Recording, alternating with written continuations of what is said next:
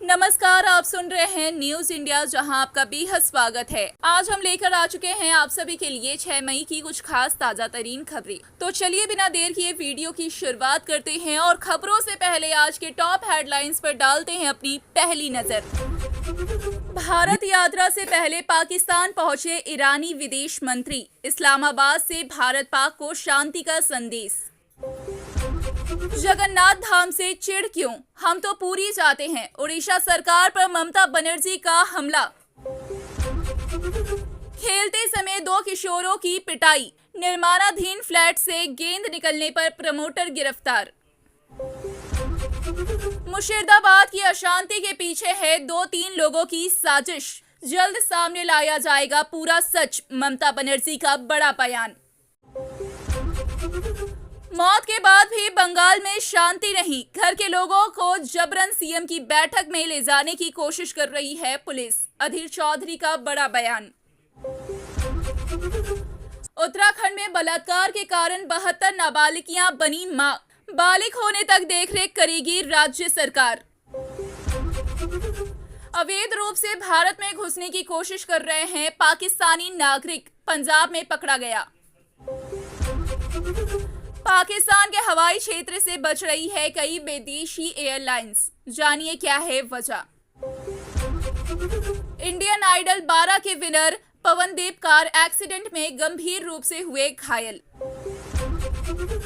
Match से पहले मोहम्मद शामी को जान से मारने की मिली धमकी, ईमेल में मांगी गई 1 करोड़ रुपए की फिरौती। जी हाँ, तो ये थी आज की कुछ खास ताजा तरीन खबरें। चलिए इन्हीं खबरों पर विस्तार पूर्वक चर्चा करते हैं, लेकिन उससे पहले अगर आप हमारे चैनल पर नए हैं तो जरूर से ही चैनल को सब्सक्राइब करके इस वीडियो को लाइक कर दें, ताकि ऐसी और तमाम वीडियो सही समय पर आप तक पहुंचती रहे।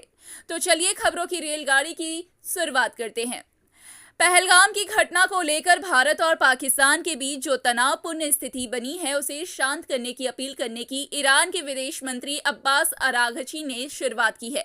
वे सोमवार को पाकिस्तान की यात्रा पर पहुंचे। इस्लामाबाद पहुंचते ही उन्होंने भारत और पाकिस्तान के बीच तनाव कम करने का संदेश दिया। इसके बाद इसी सप्ताह उनकी भारत यात्रा प्रस्तावित हुई है। आप सभी को बताते चले कि बहुत पहले ही उनकी भारत यात्रा की योजना बन चुकी थी, लेकिन पहलगाम हमले के कारण यह थोड़ा टल गया था। इससे पहले भी ईरान ने पहलगाम मुद्दे पर भारत और पाकिस्तान के बीच मध्यस्थता की इच्छा जताई थी। तब अब्बास ने ही कहा था कि इस कठिन समय में शांति स्थापित करने के लिए ईरान नई दिल्ली और इस्लामाबाद में अपने दफ्तरों को उपयोग करने देने के लिए तैयार है। सोमवार को पाकिस्तान पहुंचकर उन्होंने फिर से दोनों देशों को शांति का संदेश दिया। उन्होंने कहा कि भारत और पाकिस्तान दोनों के साथ ईरान के घनिष्ठ संबंध है। हवाई अड्डे पर उन्होंने कहा, हम भारत और पाकिस्तान के बीच तनाव को कम होते देखना चाहते हैं। मैं पाकिस्तान में अपने दोस्तों से इस मुद्दे पर चर्चा करूंगा। यहाँ के राष्ट्रपति, प्रधानमंत्री और विदेश मंत्री से मुलाकात करूंगा। क्षेत्रीय समस्याओं और द्विपक्षीय संबंधों पर भी बातचीत होगी। वहीं दीघा के जगन्नाथ धाम को लेकर विवाद थमने का नाम ही नहीं ले रहा है। इस मंदिर के उद्घाटन के दिन पुरी के जगन्नाथ मंदिर के सेवायत राजेश दैतापति को सक्रिय भूमिका में देखा गया था, जिन्हें अब ओडिशा सरकार ने कारण बताओ नोटिस भेजा है। अब इस विवाद पर पश्चिम बंगाल की मुख्यमंत्री ममता बनर्जी ने प्रतिक्रिया दी है। सोमवार को मुर्शिदाबाद में पत्रकारों से बात करते हुए ममता ने कहा, मैं दक्षिणेश्वर में स्काई वॉक बनाती हूँ, कोई सवाल नहीं करता। कालीघाट या दुर्गा पूजा पर सवाल नहीं होता, लेकिन दीघा का जगन्नाथ धाम लोगों को चुभ गया है। मंदिर को लेकर आरोप है कि दीघा में जगन्नाथ धाम की मूर्ति पुरी के मंदिर में 2015 में नवक्लेबर में प्रयुक्त पवित्र नीम लकड़ी के अवशेष से बनाई गई है। इस पर ममता का जवाब है कि कहा जा रहा है कि मैंने नीम का पेड़ चुरा लिया। मेरे घर पर तो 4 नीम के पेड़ हैं। ममता बनर्जी की इतनी बुरी हालत नहीं कि पेड़ चुराए। यहाँ पर जगन्नाथ धाम की मूर्तियां बाजार में मिलती है, कई लोगों के घर में होती है। यह मूर्ति दयातिपति कहीं और से लाए हैं और अब उन्हें उड़ीसा में बुलाकर सवाल किए जा रहे हैं। खेलते समय 2 किशोरों के साथ मारपीट, प्रमोटर गिरफ्तार। खेलते खेलते गेंद निर्माणाधीन फ्लैट के अंदर चली जाने पर 2 किशोरों को पिटाई करने का आरोप लगा है।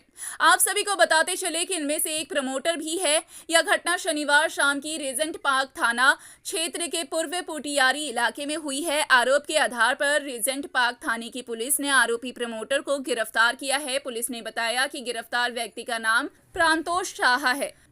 वहीं संशोधित वक्फ कानून के खिलाफ विरोध के बीच मुर्शिदाबाद में भड़की अशांति को लेकर पश्चिम बंगाल की मुख्यमंत्री ममता बनर्जी ने कड़ा रुख अपनाया है। उन्होंने सोमवार को बहरामपुर से कहा कि मुर्शिदाबाद की घटना की पूरी जांच की जा रही है और जल्द ही इसके पीछे का पूरा सच सार्वजनिक किया जाएगा। मुख्यमंत्री ने कहा कि वह किसी समुदाय को दोष नहीं देंगी। लोग धार्मिक नेता बनकर धर्म के नाम पर जहर फैला रहे हैं। उन्होंने आगे कहा कि ऐसे लोगों को बंगाल का दुश्मन करार दिया है। ममता ने कहा, मुर्शिदाबाद कभी बंगाल की राजधानी थी। यहाँ 2-3 वार्डों में गड़बड़ी हुई है, 2-3 लोग इसके पीछे हैं। आप सभी को बताते चले कि मीडिया में एक हिस्से की भूमिका भी विभाजन पैदा कर रही है। 3 लोगों की मौत के इस मामले में राष्ट्रीय मानवाधिकार आयोग और राष्ट्रीय महिला आयोग की त्वरित कार्रवाई पर तंज कसते हुए ममता ने कहा, घटना के अगले दिन ही आयोग आ गया, लेकिन मणिपुर, यूपी, राजस्थान, दिल्ली, बिहार में तो नहीं गया। ऐसा क्यों हो रहा है? यह एक सोची समझी साजिश है। कांग्रेस नेता अधीर चौधरी ने आरोप लगाया कि मुर्शिदाबाद के 3 दिवसीय दौरे के दौरान लोगों के मुख्यमंत्री ममता बनर्जी की बैठक में शामिल होने के लिए मजबूर किया जा रहा है। उन्होंने कहा, बंगाल में शांति नहीं है। एक परिवार के पति और बच्चों की बेरहमी से हत्या कर दी गई है। श्राद्ध के लिए कोई पंडित नहीं मिल रहा है। पुलिस घर के लोगों को जबरन मुख्यमंत्री की बैठक में ले जाने की कोशिश कर रही है। उन्होंने आगे कहा, आपकी पार्टी के लिए, आपकी सरकार के लिए उन्होंने सब कुछ खो दिया है। उत्तराखंड सरकार द्वारा एक रिपोर्ट तैयार करने के दौरान सामने आया कि बलात्कार की घटनाओं के चलते राज्य में 72 नाबालिग लड़कियां मां बन गई हैं। इस चिंताजनक मामले के सामने आने के बाद राज्य सरकार ने एक बड़ा निर्णय लिया है और जब तक ये नाबालिकाएं बालिग नहीं हो जाती तब तक उनके बच्चों की खुद देखरेख करने का फैसला सुनाया है। राज्य के महिला एवं बाल विकास और समाज कल्याण विभाग के निदेशक प्रशांत आर्य ने बताया कि यह योजना पूरी तरीके से सरकारी है। इसमें पीड़ित नाबालिगों को मानसिक स्वास्थ्य चिकित्सा, कानूनी सहायता, रहने की व्यवस्था, शिक्षा तथा स्वरोजगार से भी जुड़ी मदद की जाएगी।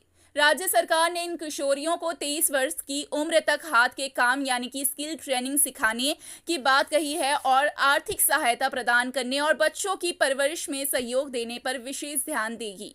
प्रत्येक नाबालिग मां के लिए शुरुआती चरण एक निश्चित राशि भी आवंटित की गई है, जिसे जिला प्रशासन के माध्यम से उन्हें पहुंचाया जाएगा। जी हां, वहीं पंजाब के गुरुदासपुर में हुसैन नाम के एक पाकिस्तानी नागरिक को भारत में घुसने की कोशिश करते हुए रंगे हाथ पकड़ा गया है। 25 वर्षीय व्यक्ति को 3-4 मई के बीच पकड़ा गया था, लेकिन सीमा पार करने का उसका मकसद अभी भी स्पष्ट नहीं है। पता चला कि युवक पाकिस्तान के गुजरांवाला का रहने वाला है, जो भारत की सीमा से लगे गुरदासपुर के पास स्थित है और फिलहाल पंजाब पुलिस की हिरासत में है। वहीं हाल में ही पाकिस्तान ने भारत के खिलाफ कूटनीतिक कदम उठाते हुए भारतीय एयरलाइनों के लिए अपने हवाई क्षेत्र को बंद कर दिया है। हालांकि यह प्रतिबंध सिर्फ भारतीय विमानों के लिए है। फिर देखा जा रहा है कि कई विदेशी विमान भी पाकिस्तान के हवाई क्षेत्र से बच रही है। जर्मन एयरलाइंस लुफ्थांसा ने अपने पायलटों को अगला आदेश न मिलने पर पाकिस्तान के ऊपर से उड़ान नहीं भरने का निर्देश दिया है। इसके चलते एशिया के कई देशों के लिए उनकी उड़ानों के अतिरिक्त समय लग रहा है। ब्रिटिश एयरवेज और Swiss international airlines, air France और एमिरेट्स की उड़ानें भी पाकिस्तान को बाईपास करके उत्तर दिशा से होते हुए भारत में प्रवेश कर रही है और फिर अरब सागर के ऊपर से होते हुए दिल्ली पहुंच रही है। एयर फ्रांस ने बयान जारी किया है कि भारत पाकिस्तान के बीच उत्पन्न तनाव के वजह से यह निर्णय लिया गया है। रॉयटर्स के मुताबिक लुफ्थांसा के एक फ्लाइट में हाल में ही फ्रैंकफर्ट से दिल्ली तक का सफर तय करते हुए निर्धारित समय से 1 घंटे देरी से लैंड किया, क्योंकि उसमें पाकिस्तान के ऊपर से उड़ान भरी है। आप सभी को बताते चले कि इस निर्णय के कई प्रभाव पड़ रहे हैं। उड़ानों का समय और ईंधन खर्च बढ़ रहा है, जिससे किराया महंगा हो सकता है और देरी भी हो रही है। वहीं दूसरी ओर पाकिस्तान को आर्थिक नुकसान हो रहा है, क्योंकि ओवरफ्लाइट की फी के तौर पर उसे विदेशी विमानों से राजस्व मिलता था, जो कि अब बहुत हद तक कम हो रहा है। वहीं इंडियन आइडल 12 के विजेता पवनदीप राजन सोमवार तड़के अहमदाबाद में एक कार दुर्घटना में गंभीर रूप से घायल हो गए। घायल पवनदीप को अस्पताल में भर्ती कराया गया है। रिपोर्टर्स की मुताबिक कहीं न कहीं हादसे में सिंगर के पार्टनर अजय मेहरा और कार का ड्राइवर भी गंभीर रूप से घायल हुए हैं और वो भी अस्पताल में ही भर्ती हैं। अस्पताल में इलाज करा रहे हैं। पवनदीप का एक वीडियो सामने आया है जो कि सोशल मीडिया पर फैंस से उनके जल्दी ठीक होने की कामना करा रहा है।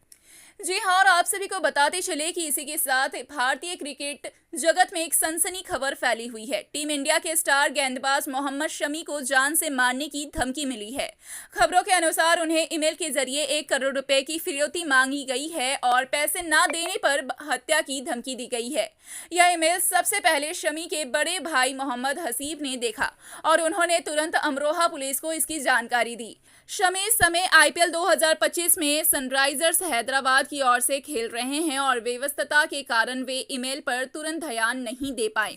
अब उनके पूरे परिवार को भारी मात्रा में तनाव झेलना पड़ रहा है। बताया गया है कि शमी को 4 मई और 5 मई को 2 अलग-अलग ईमेल भेजे गए थे। कुछ दिन पहले टीम इंडिया के मुख्य कोच गौतम गंभीर को भी कुछ ऐसी ही धमकी मिली थी। उन्हें एक ईमेल भेजा गया था जिसमें सिर्फ 3 शब्द लिखे थे, आई विल किल यू। इसे पढ़ते ही गंभीर ने पुलिस को तुरंत ही इसकी जानकारी दी थी और कुछ ही दिन बाद पुलिस ने आरोपी को गिरफ्तार भी कर लिया था। जी हाँ, तो ये थी आज की कुछ खास ताजा तरीन खबरें। इन खबरों पर क्या है आपकी राय, हमें कमेंट के जरिए जरूर बताएं। साथ ही ऐसे और तमाम खबरों के लिए चैनल को सब्सक्राइब करें। साथ ही पास खड़े घंटी बटन को दबाना बिल्कुल ना भूलें ताकि हर सुबह बिना तकलीफ के आप तक ये सारी खबरें पहुंचती रहे। इसी के साथ जय हिंद, वंदे मातरम। मिलते हैं इसी तरह के किसी दूसरे वीडियो के साथ।